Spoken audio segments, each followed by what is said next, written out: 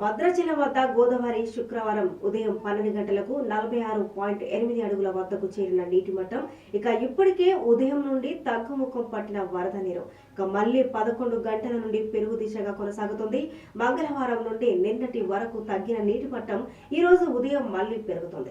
అమల్లో ఉన్న మొదటి ప్రమాద హెచ్చరిక భద్రాచలం వద్ద శుక్రవారం రాత్రికి ఏ సమయానికైనా 50 అడుగులకు గోదావరి చేరుకునే అవకాశం మెండుగా ఉంది. ఇప్పటికే గోదావరిలోకి ఎగువ ప్రాంతంలో కురుస్తున్న వర్షాల నీరు వచ్చి భారీగా చేరుతుంది.